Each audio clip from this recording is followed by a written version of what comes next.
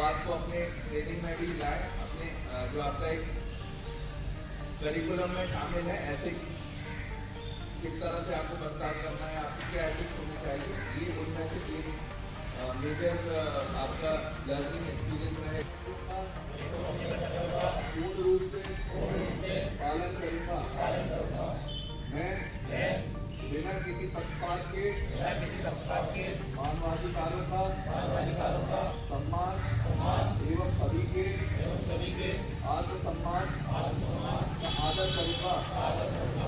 मैं अपने शब्दों, दस्तावेजों या विचारों द्वारा परोक्ष अथवा अपरोक्ष रूप से किसी के मानवाधिकारों